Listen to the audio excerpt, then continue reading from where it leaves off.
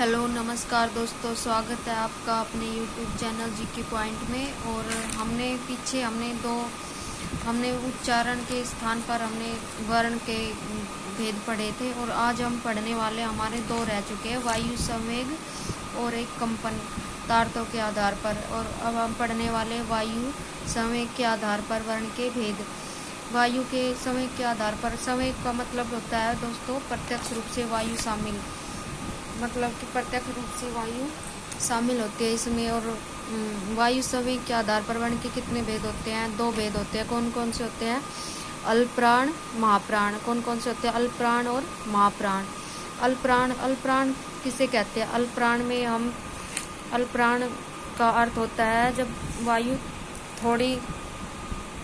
थोड़ी या अल्प का मतलब होता है थोड़ा या थोड़ी, प्राण का मतलब होता है वायु। जिन वर्णों के उच्चारण में बोलने में कम वायु लगे उसे कहते हैं हम अल्पप्राण। जिन वर्णों के उच्चारण में बोलने में कम वायु का प्रयोग हो उसे अल्पप्राण कहते हैं। अल्पप्राण ध्वनियाँ कौन कौन सी होती है दोस्तों वर्णों में?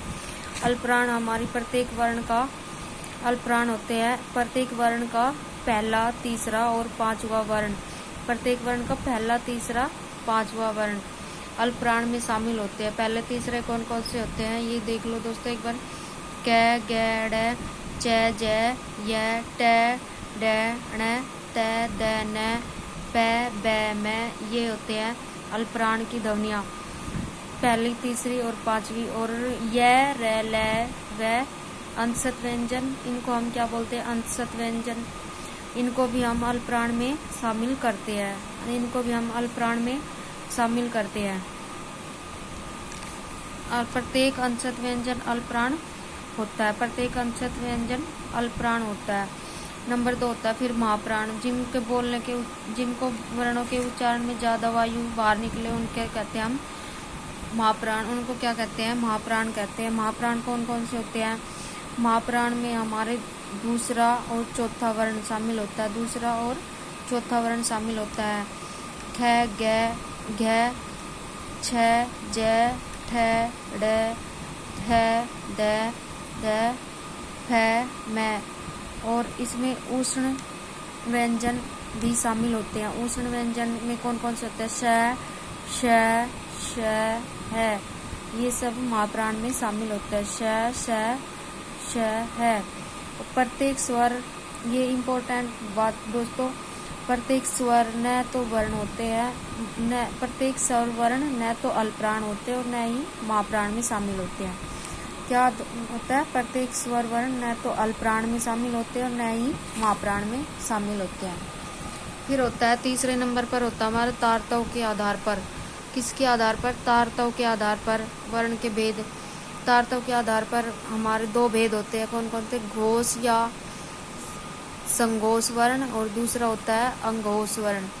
घोष या संघोष वर्ण, दूसरा अघोष वर्ण। घोष या संघोष सबसे पहले देखते हैं। घोष या संघोष किसे कहते हैं?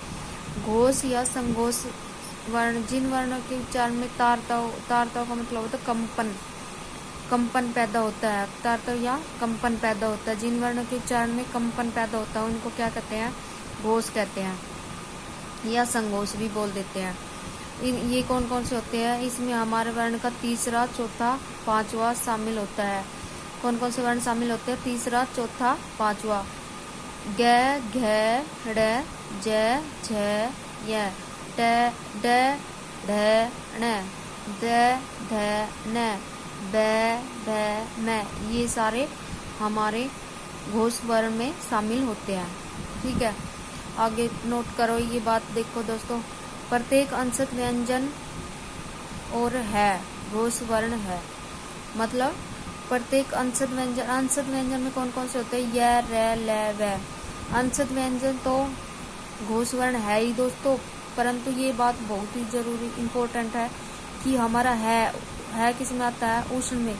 हमारा है भी इसमें शामिल होता है। किसमें? घोष में। हमारा है भी घोष में शामिल होता है। इस प्रत्येक स्वर वर्ण घोष होते, प्रत्येक स्वर वर्ण इसमें क्या है? प्रत्येक स्वर वर्ण घोष होते हैं। और उसमें क्या पढ़ा था? प्रत्येक स्वर न तो अल्पप्राण होते हैं और न ही महाप्राण होते हैं। इसमें क्या प्रत्येक स्वर वर्ण घोष होते हैं हमारे, क्या होते हैं, स्वर वर्ण घोष होते हैं। घोष में फिर आता हमारा दूसरा अघोष। अघोष वर्ण जिन वर्णों के उच्चारण में तारतो या कंपन पैदा ना हो, जिन वर्णों के उच्चारण में कंपन या तारतो पैदा ना हो, हम उनको क्या बोलते हैं, अघोष वर्ण बोलते हैं। अघोष में हमारे कौन कौन से होते हैं, पहला और दूसरा। कौन सा, पहला और दूसरा वर्ण। पहला और दूसरा कौन कौन से, ख, कै, ख, च, छ, ट, ठ, त, थ, प, फ, ये हमारे शामिल होते हैं। प्रत्येक उष्ण व्यंजन है को छोड़कर, है को हमने किस में शामिल कर लिया है, घोष में शामिल कर लिया है को छोड़कर प्रत्येक उष्ण व्यंजन क्या होते हैं, अघोष होते हैं। क्या होते हैं, श, श, श, ये हमारे होते हैं अघोष। ठीक है दोस्तों, आगे देखते हैं। फिर वर्ण और उनके उच्चारण, इसमें से एक क्वेश्चन जरूर बनता है, इनको अच्छे तरह से याद कर लेना दोस्तों। उच्चारण स्थान, क्या उच्चारण स्थान, कंठ, मतलब जो कंठ, मतलब हमारे कंठ में से जो ध्वनि निकलती है, जो उसकी कौन कौन से शामिल होते हैं, वर्ण शामिल होते हैं। इसमें कंठ से हमारे बोली जाने वाले होते हैं कै, ख, ग, घ, ड। ज़्यादातर तो यहीं तक ही पढ़ते हैं, ड तक ही, पर इसमें याद रखना दोस्तों, ए और है और विसर्ग, क्या ये विसर्ग है को भी शामिल किया गया है। फिर हमारा दूसरा तालु। तालु मतलब जो तालु से बोली जाती है, तालु के च, छ, ज, झ, य। फिर इसमें हमारे ई, य, स, ग, ये भी शामिल होते हैं। ई, य, स, ग, ये भी शामिल होते हैं। च, छ, ज, झ, य, ई, य, स, ग, इनको भी हम तालु में शामिल करते हैं। फिर होता है मूर्धा, जिसमें मूर्धा का मतलब होता है जिसमें जीभ हमारी योगा कर रही हो, जिसमें जीभ हमारी बल खा रही हो, ट, ठ, ड, ढ, न। फिर इसमें होता है त्र, र, श, त्र, र, श, याद रखना दोस्तों। दंत, फिर होता हमारा दंत, उच्चारण के स्थान पर दंत, दंत से जो दांतों से बोले जाते हैं, त, थ, द, ध, न, र, ल, श। फिर होता हमारा ओष्ठ। ओष्ठ मतलब कि घूमकर जो वर्ड बोले जा रहे हैं, ओष्ठ को घुमाकर जो वर्ड बोले जा रहे, प, फ, ब, भ, म। फिर ऊ, गोला बना रहे हैं ऊ ओष्ठ से। फिर है हमारा क्या है, दंत ओष्ठ। फिर हमारा दांत और ओष्ठ से मिलकर क्या बनता है, हमारा वैसा वह होता है, दंत और ओष्ठ से मिलकर वह को शामिल किया जाता है। फिर होता है हमारा कंठ ओष्ठ। कंठ और ओष्ठ से मिलकर कौन कौन से आते हैं, ओ, औ। और फिर कंठ और तालु से मिलकर हमारा ए, ऐ, छ, क्षत्रिय। फिर होता है हमारा दंत और मूर्धा से त्र, तालु और मूर्धा से हमारा होता है स्र।